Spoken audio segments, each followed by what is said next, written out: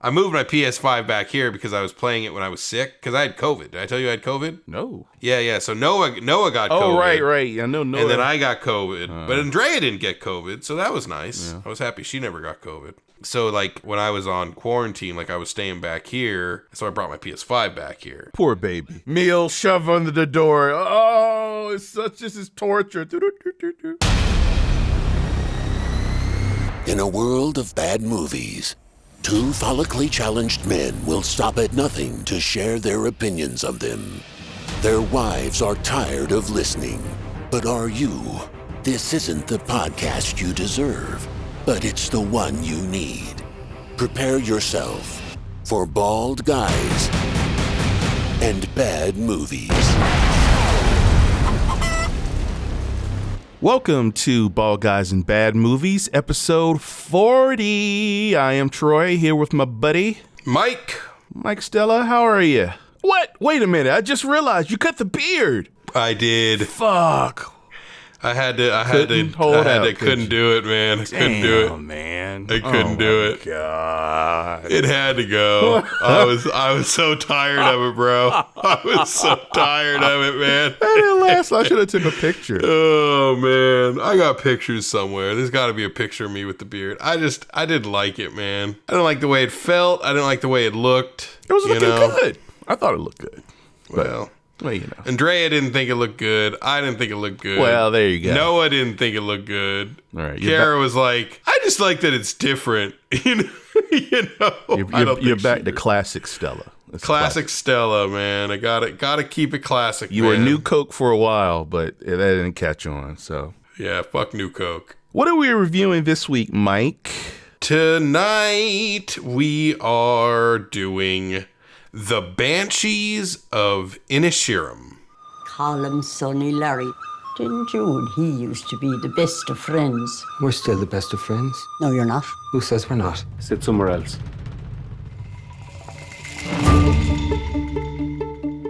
Now, if I've done something to you, just tell me what I've done to you. When you didn't do anything to me, I just don't like you no more. You liked me yesterday. Why does he not want to be friends with you no more? Why is he 12? What the hell's going on with you, me feckin' brother? He's dull, Siobhan. But he's always been done. The other night, 2 hours you spent talking to me about the things you found in your little donkey shite that day. Well, it wasn't me little donkey's shite, it was me pony's shite, which shows how much you were listening. If you don't stop talking to me, Colin! and if you don't stop bothering me, I have a set of shears at home, and each time you bother me from this day on, I'll take those shears and I'll take one of my fingers off with them, and I'll give that finger to you until I have no fingers left. Does this make things clearer to you? Not really, no. The Banshees of Inisherin. Yep. I knew zero about this plot. Oh. I knew nothing. I know it was awards darling. Oh, is it? The film received a leading 8 nominations, Golden Globes. The most achieved by any film since Cold Mountain. Remember Cold Mountain? Wow. It won 3, Best Motion Picture, Musical Comedy, Best Actor, and then Best Screenplay. So Farrell won, Screenplay won, and Best Motion Picture, which usually translates to Oscars, right? It's usually Golden Globes. But let me do the quick summary. The Banshees of Inisherin is a 2022 dark tragicomedy film directed, written, and co-produced by Martin McDonagh, set on a remote island off the west coast of Ireland, circa 1923. The film stars Colin Farrell and Brendan Gleeson as 2 lifelong friends who find themselves at an impasse when one abruptly ends their relationship, with alarming consequences for both of them. With absolutely no, preamble. For us or for Colin Farrell's character. Would you recommend? Well, it's it's definitely, I don't know, highbrow than a lot of the stuff that we review and that we talk about. Well, it does have a nude cop sitting in a chair. I thought he was in his underwear. No, his dick and balls are just freely hanging. I must have missed that. I will say I was freaking tired. I took a nap before it, but I still folded 2 loads of laundry. Wait, we got laundry meter. What I've realized, the laundry meter shouldn't be how we gauge a movie actually. I've realized what the laundry meter should be. The laundry meter should be like a handicap system. If I like had to fold laundry through the entire movie, then you gotta take my review with a grain of salt, because I might have been too tired to give it its fair shake, right? But if I was awake and no laundry needed, if it's a no laundry needed movie, then like my review is fair game, 100% accurate in my opinion. You know what I mean? All brain cells were firing. All brain cells were firing. So wait, you did fold laundry for this? But I did. But I was tired regardless. But I actually, after I folded it though, like I was up. I was really watching it. Like I was into it. You kind of defined the meter and then immediately destroyed it. I know. Or is it just me? Okay. You're right. We'll continue to work. We're getting closer. I think that is a step closer to defining it into something that's tangible. I told you. So we're workshopping it. Yeah, we'll workshop it. But the listeners are here with us while we're workshopping. Let us not forget the jingle. I'm dropping it right now.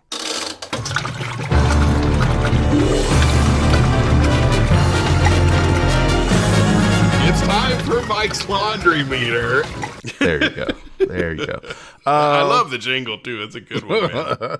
A lot of thought went into it. It was great. It's great. As a zero thought. I really enjoyed this movie. I recommend it. But you know what it feels like? It feels like a really good Coen Brothers movie, not written by the Coen Brothers. Absolutely. And I think that for me, that's a good way to define the tone. Yeah. I laughed out loud several times. Me too. And then shit got dark, yo. Yeah. Crazy dark. Yeah. And it's like, oh, we're going there, movie. Whoa. Arson, mutilation. Yes. Death. It is. Destruction. Potential suicide, maybe. There was some sad shit in this movie, man. Really sad. There's some stuff that made me really sad in this. There's a lot to unpack. So there really is. But I thought it was great. It's by, I don't know the guy's name, but it's by the guy who did In Bruges, which is another Colin Farrell movie. Is this the same guy? It's the same guy. Oh, okay. Well, yeah. There you go. Yeah, totally. And once I realized that, I was like, of course it is. Like, it made perfect sense to me that it would be the same guy. He also did the 3 billboards outside of... He did that too? Yeah. I love that movie. Yeah, he did that movie as well. Michael McDonough. Yeah. Have you seen In Bruges, right? Long time ago. Yeah. I do remember liking it though. I want to watch that again. Yeah, now that was a thought I had. Like I didn't connect the dots, but wasn't Brendan Gleeson in Bruges? I think he was in it too. I think they were both in it. Yeah. I know Colin Farrell was, but I think Brendan Gleeson was. So yeah, we recommend, but it's funny and dark. Yeah. So and sweet and sweet sad and has a lot to say about life and philosophy. And, yeah. But like it had me thinking about myself, like my life, what I've accomplished, how I feel about myself, legacy, what you leave behind. Yeah, how I think, like what other people think of me. Like it's a very introspective movie, and I think that's why I was so like, even though I had to fold 2 loads of laundry, I was into it after. But you know, it's the best kind of thinking one man's movie in that it doesn't club you over the head with it. No, like it's not afraid to say feck. How did they say fuck? They say it both ways, right? Actually, that's something I was going to comment on, which I thought was really, really well done. They spend the entire movie saying fecking this and fecking that, right? It's not until the very end, right, that he actually says fucking. And I'm like, oh shit. Them saying fecking isn't fucking. It's us saying like frag, frag that, you know what I mean? Or some sort of friggin', yeah, what a friggin' joke, you know what I mean? Like, it's our sort of friggin', right? Mm-hmm. And so when he actually says fucking at the end, it carries a lot of weight. It carries a lot of weight. And I was like, dude, It was such a minor sort of thing. It's something easy to write in there, right? But it was so powerful, and I loved that. So we both recommend it. We're gonna get into spoilers. I would say through the entire movie, we're on Colin Farrell's side, right? Yeah. But I can also understand wanting to just change your life. But when part of changing your life, I'm talking about Brendan Gleeson's character, because basically Colin Farrell is a dull man. Because he's a nice guy, a simple guy. Yeah. He's, they have a donkey and a horse, and he's very simple. He lives with his sister. That donkey. And the sister, you could tell that she's definitely smarter than him. Yeah. And they don't go into this, or maybe they did mention it, but I'm thinking probably the farm was something passed down from their parents. Right. Parents passed, and this whole island is just a self-contained community. Yeah, and it's that's a small little world. And it's very self-contained, very small, very remote. And so there's one little pub on this side of the island that all the guys go to, and him and Brendan Gleeson's character are lifelong friends, and that's truly his only real friend. Right. The rest of the people at the bar are people he knows. Right. But they're not like I wouldn't call them friends. When he says he doesn't want to talk to him anymore, I'm just like, what a fucking asshole. Because he even mentioned, are you dying? Yeah. And I thought, well, maybe he was movie logic. Okay, is he dying and he doesn't want to hurt his friend, so he's trying to distance himself. But no, he's just an asshole. It's not. But no. Yes, he is an asshole, but he does have a point. He is in the twilight of his life, and he just wants he wants silence. He wants to contemplate things. But he is the world to his buddy. Right. It's like me. That's like me, like one day saying to you, we're done, Mike. I'm not gonna lie. We're done. Like I'm not gonna lie. Like you're I dull, thought, Mike. Yeah, come on. I'm not gonna lie. Like I always have thought of myself as a dull person. Like when he walked away from him, I you are felt so it. full of shit. Now, you really think you're a dull person?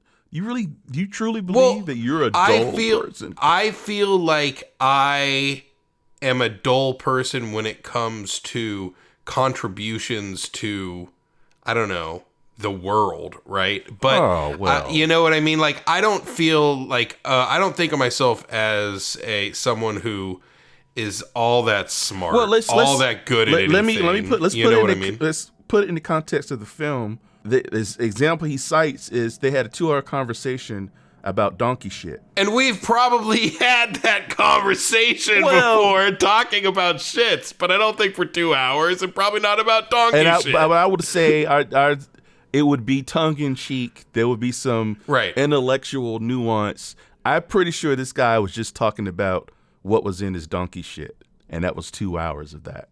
Right. And Brendan Gleeson is to the point in his life, every second is valuable. And he's a violinist. And he, at one point in the film, he's like, and this is something I feel, I connected this. I might have connected more to his character than Colin Farrell's character. Legacy. What are you going to leave behind? His whole thing about, you're a nice guy, no one's going to fucking remember you. Like, 17th century, do you remember? How many nice people do you remember? But we all, and later it was 18th century. 18th century. I like that part. Was it Mozart, right? Mozart? Yeah, but I love that part because she was like, you're not as fucking smart as you think you are, asshole. Right. Like, fucking get over yourself. Yeah. and all that, what you said, was implied by her correcting him on the way out the door. It's so great. Exactly. But I can understand that feeling of legacy. What am I going to leave behind? Colin Farrell's, position was, well, my dad was nice. My mom was nice. I remember them. Mm-hmm. Like, my sister's nice. For him, that's all that matters. That's good enough. So you could see both sides of it. And look, and I totally could see his side of feeling like he wants to contribute something. But I guess it just irked me that this person who is your friend forever, you feel like you don't even want to talk to them anymore. You don't want to hear another word out of their mouth. Like, how do you go from being someone's best friend to not wanting you to say, look, I get it. if you want to say like, hey, I can't just sit around and do nothing with you all the time. I understand that. Like, I need some time to myself. And so there'll be times where you want to go to the pub and I'm not going to go. And and you're going to want to hang out at the house. I'm going to say no. And I've been in that situation. I've had friends who literally I saw every day. Like, they would come over every single day. And if there was a day where I was like, yeah, I can't hang out, they'd get upset, right? They'd get kind of hurt in the situation. But it's like, dude, we will hang out again. You know what I mean? I'm never going to be I would never cut someone off completely. But I'll be like, yeah, dude, I can't hang out today. Like, I need to do something else. I need to do something else with my life besides sit around. You know what I mean? Well, going back to the line that Colin Farrell said, and I think it summed it up, but he was talking about nice. Maybe you were never a nice guy. Right. He was never his friend. He tolerated this guy. Because a true friend, you don't do that. Right. It's a give and take, right? And there's something, for whatever reason, there's a connection, and you get something out of that. And to just shut someone out completely because they just annoy you, you've outgrown them. The impression I had was he's on this island. He tolerated him. He's like a dog. He was like a stray dog that probably started hanging around him, and he just, Sure. But I get it. In the wee hours of the night, he had these contemplations, and then he eventually, when this movie starts, just said, fuck it. I'm not going to hide my disdain anymore. I'm just going to be, and it's an asshole thing to do, but I don't think if they had a true friendship, that would be something that he would do. No, you have a point. You have a very good point there. He was tolerated. And to the degree he goes, but the ultimatum with the fingers. Oh. This is where the movie kind of got surreal. And it got surreal because, so basically he's like, he won't stop talking to him. Like, he won't stop. He won't take no for answers. So it's like, well, he's not even giving him like a good, like, me personally, I can understand why he's just like, what the fuck, man? Like, we can't even when you're at the pub sitting around having a beer, like, with talking to people, like, I can't be one of the people who talks to you. Like, really? You know what I mean? Like, I can understand him wanting to do other things. But like I said, completely cutting him out completely just seemed to the point, like, I wouldn't be able to understand it if I was in Colin Farrell's position. I wouldn't be able to. And I'm trying to remember, and I just saw this, so I have no excuse, but I'm trying to remember. But so basically said, if you keep talking to me, I'm going to cut a fucking finger off and I'm going to give it to you, right? And he's like, what? So, and he's like, he's like, if you talk to me again, I'm going to cut a finger off. And every time you do it, I'm going to cut another finger off. Yeah. And I'm going to start with my fiddle hand and go from there.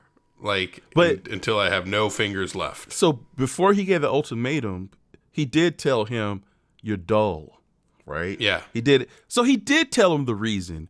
But the problem is, and I completely understand Colin Farrell, because Colin Farrell was in it as a friend. Yeah.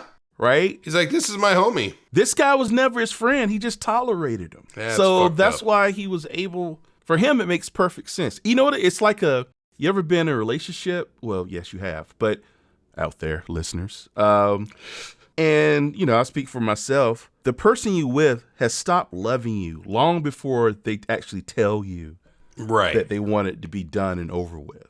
Like, they're over you. So for you, it's like a car crash. It's like, huh?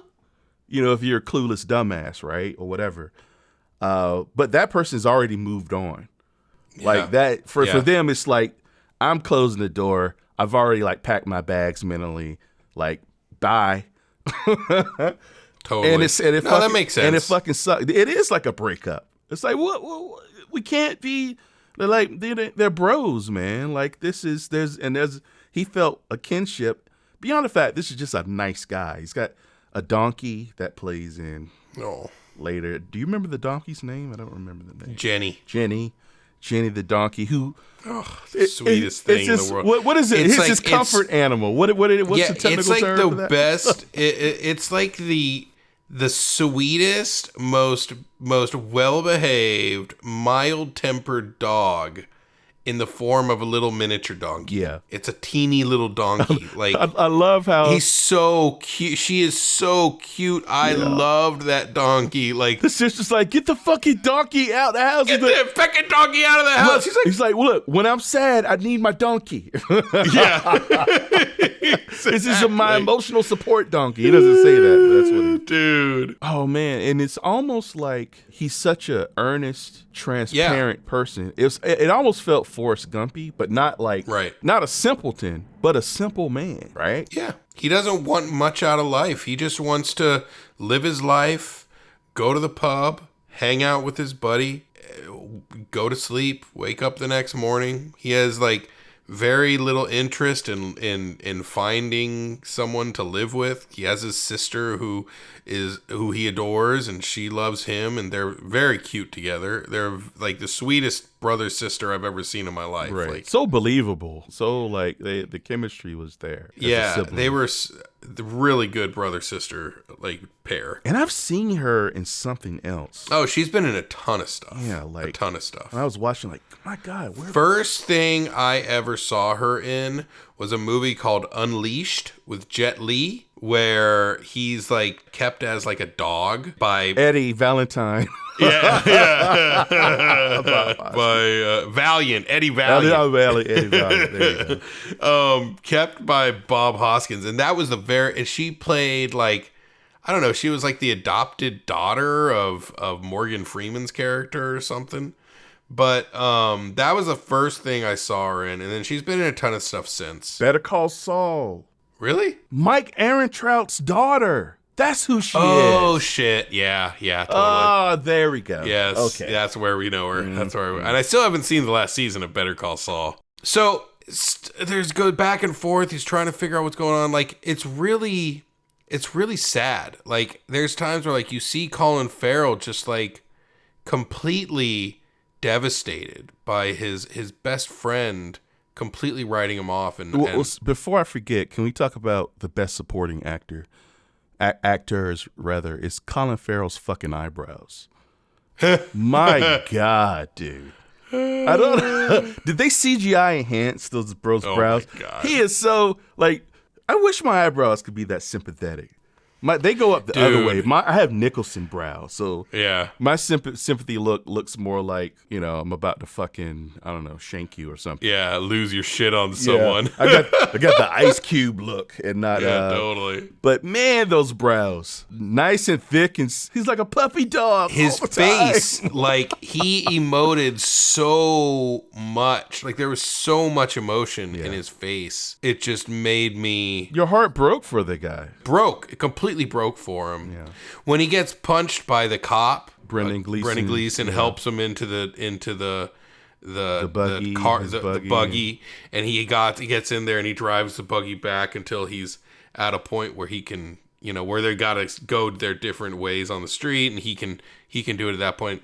At one point, he's like. You can see he like breaks down and he's crying. Well, that's the point. Brendan Gleeson stops. Gleeson like stops and he like here, take it. And this. And he like, but he also like pats his shoulder and like pats his hand. Like you can see that Brendan Gleeson gets it, but he doesn't care. Think of it again. He was a stray dog that he no longer wants to take care of anymore, and you know he's not a complete monster, but. Okay, here's a bone. Now please go away. Go away, dog. It's insane. And it's horrible. And it's like it's insane to me. I haven't had a chance to really dissect this. I just finished watching this. Like maybe 10 minutes ago. About 15 minutes ago now by the clock.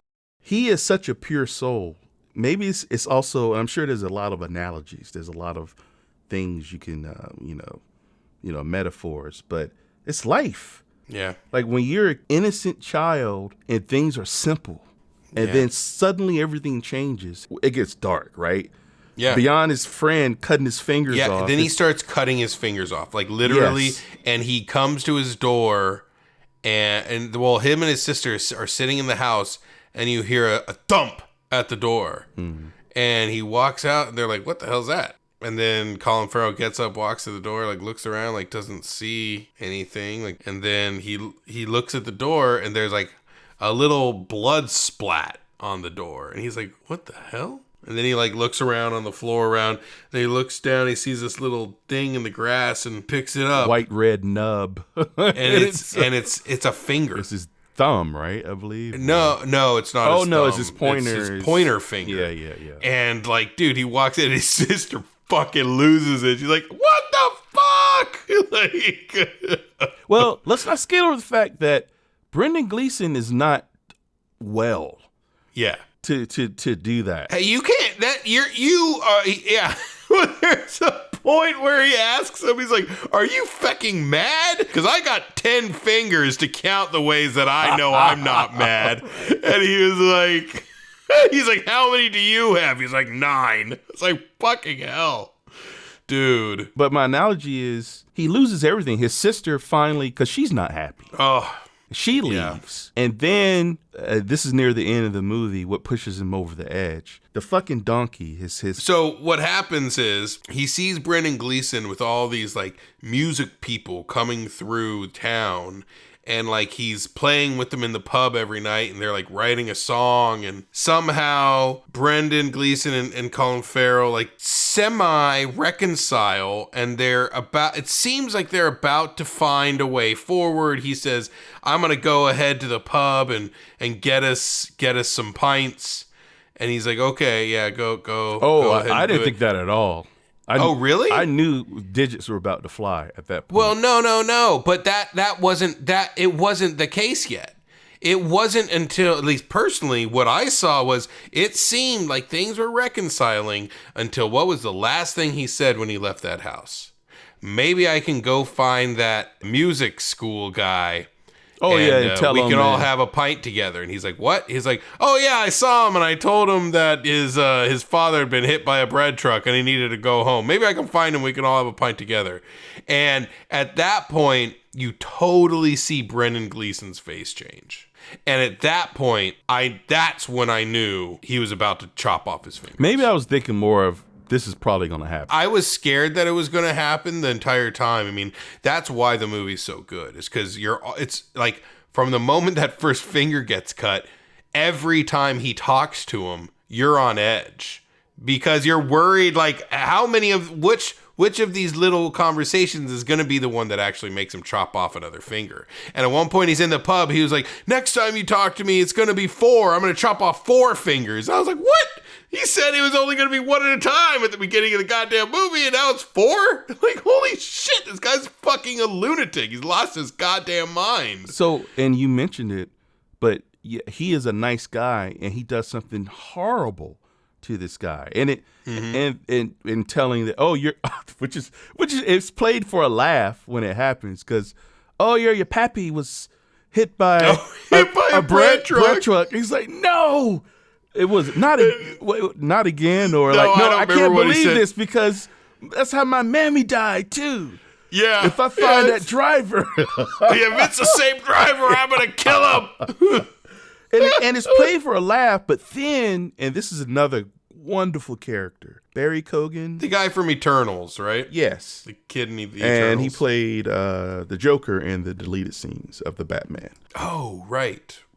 A side story where his only other friend is like the town dummy. He truly is a simpleton. And there's the movie's so funny in the very beginning, right? And he's asking sister, well, where do I rank? And, am I dull? Dominic's way more dull than you. Say, oh, so there's a ranking? Where did I fall into ranking? The best part is at first he was like, oh, of course. Then he sits there and then a split second later he's like, well, I mean, where do I rank if he's the worst? Like, where? You see funny. The moment. Wait. There's a meter. Yeah, exactly. Okay, if there's ranking, then there's other people, and where am I at? Yeah, totally. But Dominic, he's a funny character, but then like everything in this movie, it gets dark. It gets tragic, and you discover that his father has been molested him. Yeah. He's in love with Colin Farrell's sister, and she very gently, politely, when he tells him it's not going to happen. Yeah, he finally and it's such a awkward, sweet moment. Like, you're like, that's like, it was a very endearing moment for the kid. So did he kill himself, Mike? I don't know. Tell you the truth, then I there's thought the that was crone, the crone that was beckoning the sister. She's around the island. I don't know what fucking purpose she served other than to be like a banshee, because he said banshees are, they now observe, right? They don't like actively pull people, because it's called Banshees of Inisherin. That's the name of the tune that Brendan Gleeson, he finally finishes like near the end of the movie. Right. But they have a conversation about banshees because Colin Farrell's like, well, there's no banshees, this island. It's like, well, banshees don't exist as the lore says they exist. Right. Like, they don't actively lure, they watch. Totally. And then I don't know if you caught it, but when his sister's waving by on the boat and Colin Farrell's standing on the cliffside, she's off to the left. In the distance, out of focus, I'm assuming it's the crone. And the sister sees it, and you can see the concern. And I'm like, oh, shit. It weaves that in very well. It's almost like a Greek tragedy. But she directs the cop to the floater, Dominic. Yeah. The cop is on the way, I thought, to arrest Colin Farrell, maybe. Yeah, absolutely. But no, I don't know if he killed himself, to tell you the truth. Like, in fact, that's funny because that was the only part of the whole movie that didn't feel earned to me. Did it feel earned to you? I'll say this. I don't know the reason why they wouldn't reveal or give you that information. Because last time we saw him, he walked off. He was just walking off. And he wasn't walking off like that upset or anything like that. Like, they didn't really show him all that smitten with her, just like she's the only young, good-looking lass in town. You know what I mean? Now, so it'll be another thing, because there's a moment where Colin Farrell tells him what he did to that guy, the musician, and suddenly Dominic, like, he has his moments of clarity, right? And he's like, well, you were the nicest guy on this island, and that's the worst thing I've ever heard. Yeah. And he kind of walks away. And I wouldn't dare try to rewrite this movie, but if after he got rejected by the sister, another scene happened where Colin Farrell was just a fucking jerk, because by that point to him directly, then I wouldn't. You could have seen something. I wouldn't need to see what happened, because I would have connected the dots. Like, he probably killed himself. Yeah, I don't know. That wasn't in there, so you're left to kind of wonder. I don't know. Exactly. You are left to wonder what actually happened in that situation. Yeah. But yeah, so he chops his other 4 fingers off, throws them at the door. Has the sister left by this point? After, like, by the 4 fingers? Oh, no. She is on her way.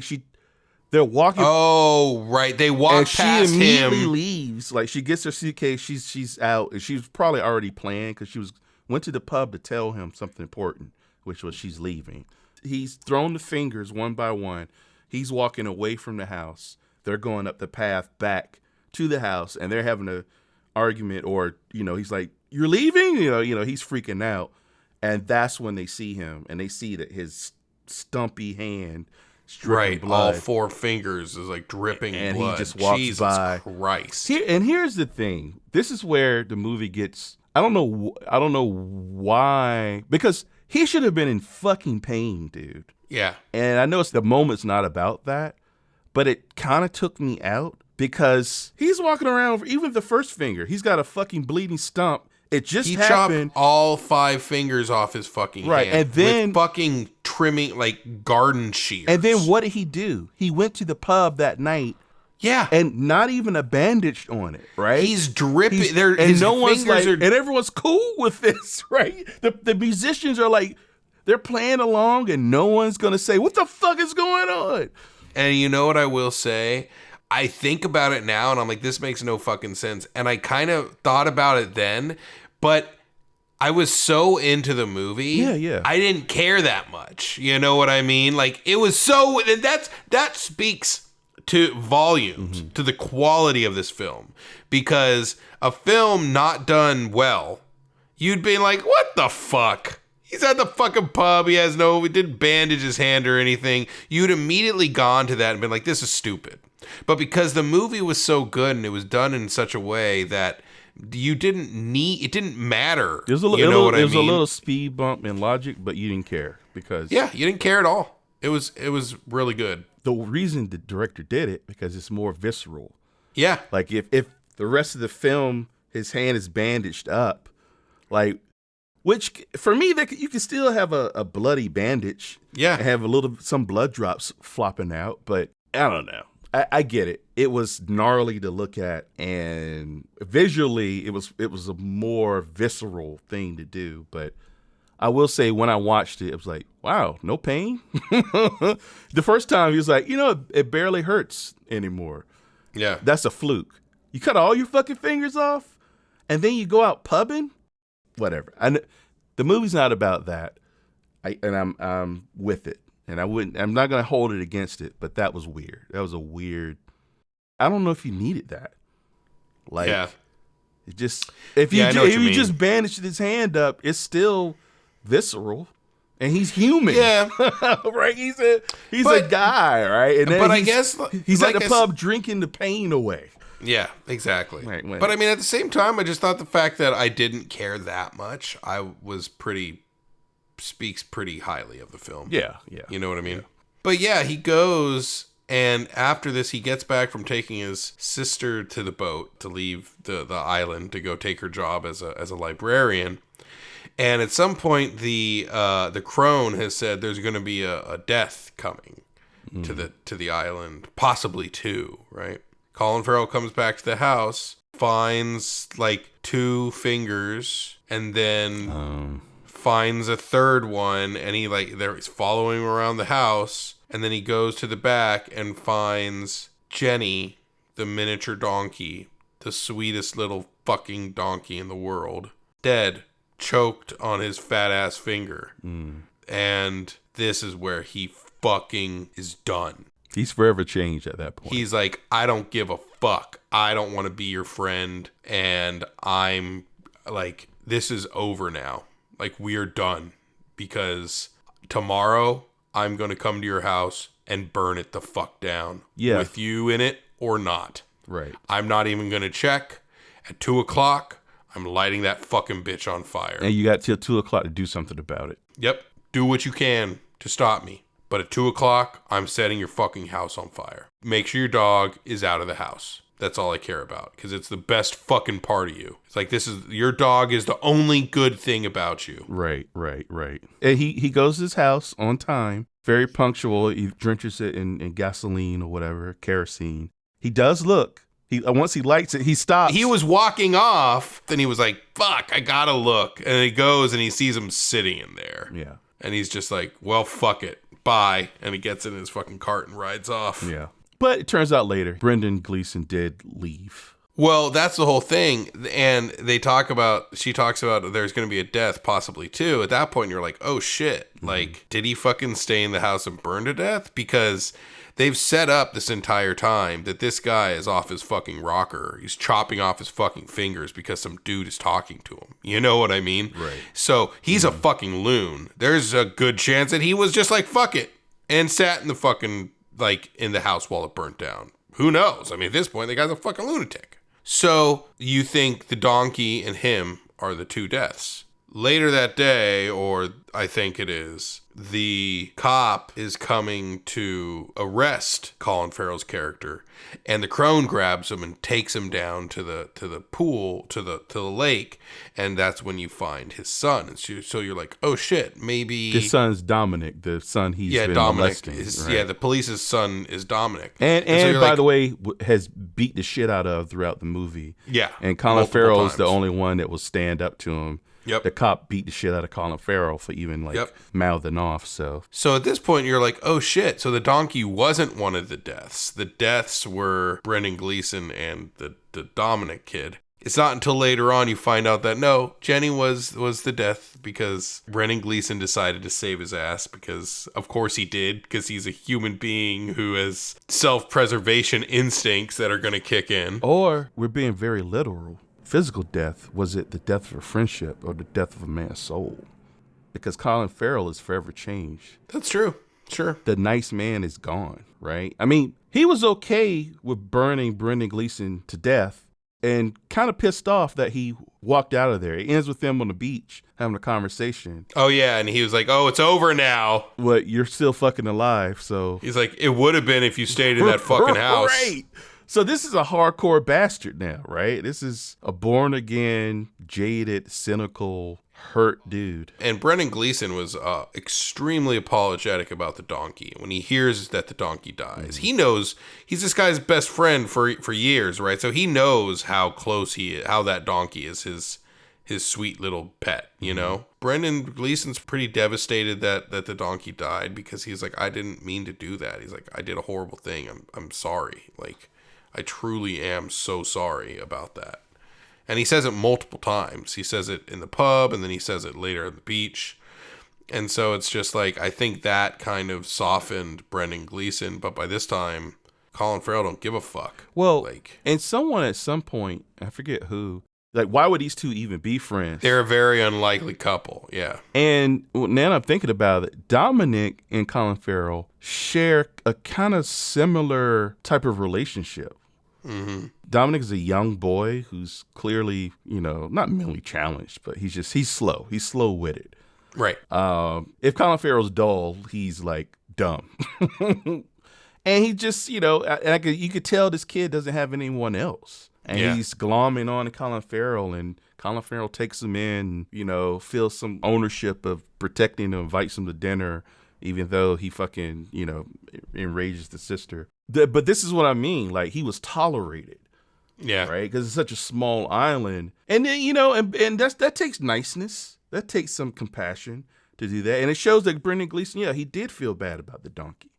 Right? And he had a dog that he loved. He was like dancing with his dog, one moment when Colin Farrell stormed in. Mm-hmm. So the guy's not a monster. And this is what you mentioned, and I wanted to pick your brain about.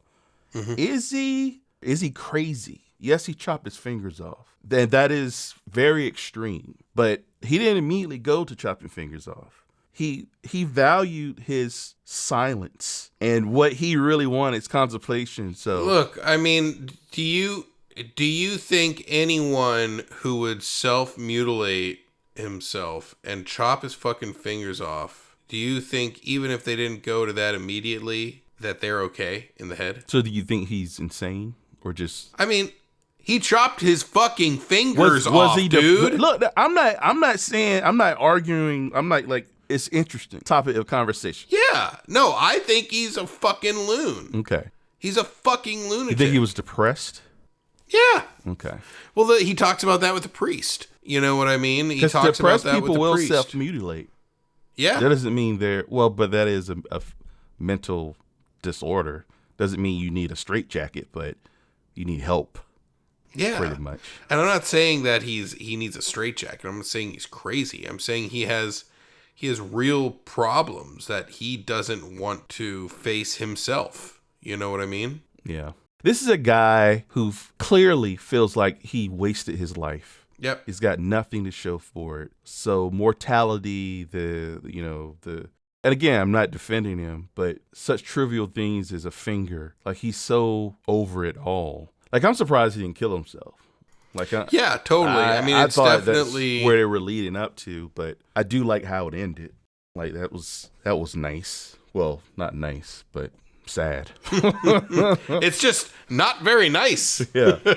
I'm trying to think of the last movie I saw that I laughed so much in the first hour, and then by the end, I was like, well, goddamn, but it was good. It wasn't like it was like, oh man, it should have just stayed a comedy. Because even a good drama will have laughs every now and then. You got to let the pressure off. But there were so many eccentric characters. But even like with Dominic, you laughed at him at first, and then he lets it. You felt sorry for him, and then Colin Farrell lets it out when he's drunk that his dad's diddling him. That's something he told him in confidence. And like, oh fuck, this kid's getting molested by that monster. Like, Jesus. Island cop, tiny dick and balls, sitting in a chair in the corner, drunk with a hat on. But that has a darker, ominous tone now. Yeah, because totally. That was before we knew he was diddling his son's fucking exactly. kid. So is he sitting there waiting for him to come home? Holy fuck, dude. It's fucking rough, That bro. just blew my mind, actually. Oof. Before we wrap up, we got to talk about the cinematography. Oh, it was gorgeous. Jesus Christ, dude. Absolutely gorgeous. Like Middle Earth, but better. Holy shit. What was so beautiful about it was all real. Yes. You know, none of it was like CG bullshit. Right. You know what I mean? This was like real Irish countryside. What a beautiful, beautiful countryside. Dude. I that's one of the places I loved going. That was one of the places, like when I was a kid, I went like all these different places when my dad worked on stuff. That was one of the best things. Ireland during Braveheart was just gorgeous. Landscape porn is what it is. The shadows of the clouds on the rolling green plains and the fucking water and the rocks. It was just so crisp and everything was perfect. It's like a little paradise, and then you could feel it. You could just I mean, you feel like you're there. You know what I mean? It's just you can reach out and grab it. I'm kind of sorry I didn't see this in the theater. Really? Well, it's so beautiful. The scenic part of it. Yeah, right? not just that, but also the emotion. I feel like emotion, like a truly good emotional movie, will be that much more amplified. Yeah. And you can understand someone like a Colin Farrell who doesn't want to go anywhere else. He's like, where do I need to go? What do I need to do? My life is perfect. I have my best friend. Right. I have my animals that I love. I make enough money to support myself. I have my sweet and loving sister with me. Like, I got my pub that I go to every day. Like, I think it's a perfect example of someone who's perfectly content. The island is its own little island. Yeah. And off the coast of Ireland. And there's bombings, the war. Yeah, there's a civil war going on. Yeah, it's going on, and you see and hear the bombings, but it's so far, so distant. It's not even like part of their reality.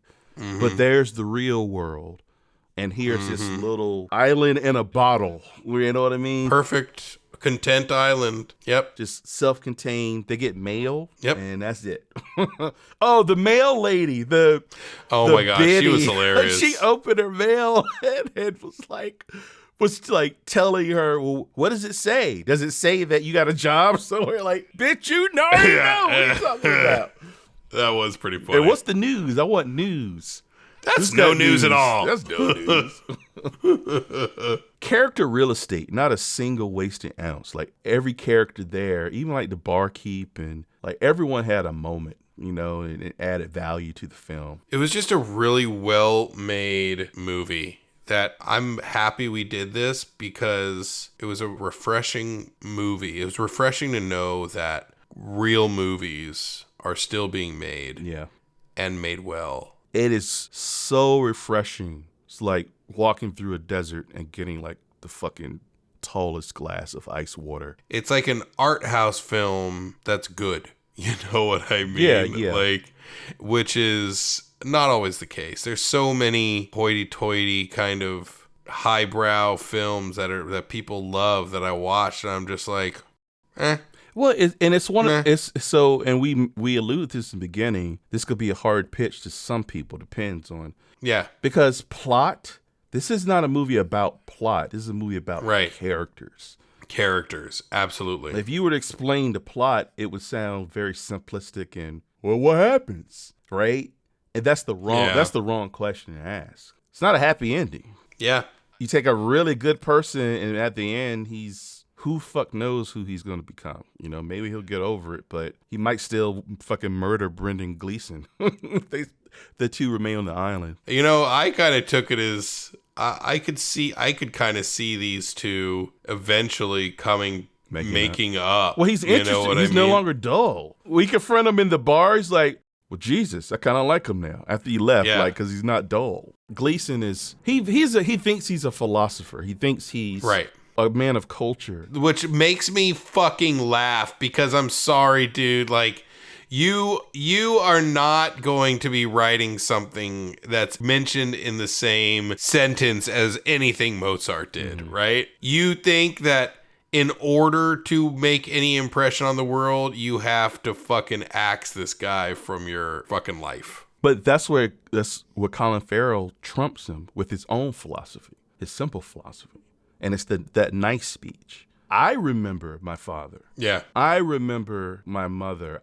My sister's nice. I'll remember her forever. Like, you know what I mean? Like, for me, that's everything. Hell yeah. Right? And you want accolades from after you're long dead. Bunch of people you don't give a shit about. Or you'll never know because you'll be fucking worm food, dude. I feel like that sort of idea probably stems from the fact that he has no family. Yeah. He has no one. So there's no one to remember him because he's alone. Yeah. He's completely alone in the world. And truthfully, he shut out the one person who cares about him like family. He cared about him enough to try to commit homicide. Yep. Right. It's like a Irish Fatal Attraction. So we're going to rate it. I think I'm going to give it a 4. For what? Any Brendan's last 4 fingers. There that he you chopped go. off, you know? Like, I mean, I think it's perfect, right? He chopped off 4 fingers at once. We gave it 4 fingers. 4 fingers out of 5. I'm going to give it, this is another 4.5. Huh, nice. I'm going to give it a 4.5. Colin Farrell, furry eyebrows. Nice. Turned up and hound dog sympathy out of 5. What else? What other performances? Have we missed anyone? I don't know. That donkey deserves a... what was it? deserves Lulabelle? What was her name? it was Jenny. Jenny. Jenny. Hey, look, Forrest. Yeah, Jay. Yeah, there we look at go. that. Forrest There we Gump. go. I wonder if he fucking wrote that on purpose. That's his Totally. Jenny. Dude, this is a Totally. retelling of Forrest Gump. Holy shit, the retelling of Forrest Gump. If he really, Irish Forrest Gump. if Forrest Gump was real, because he wouldn't actually fucking accomplish anything. I love Jenny. Jenny choked on a fat Irishman's thumb. She did not wake up.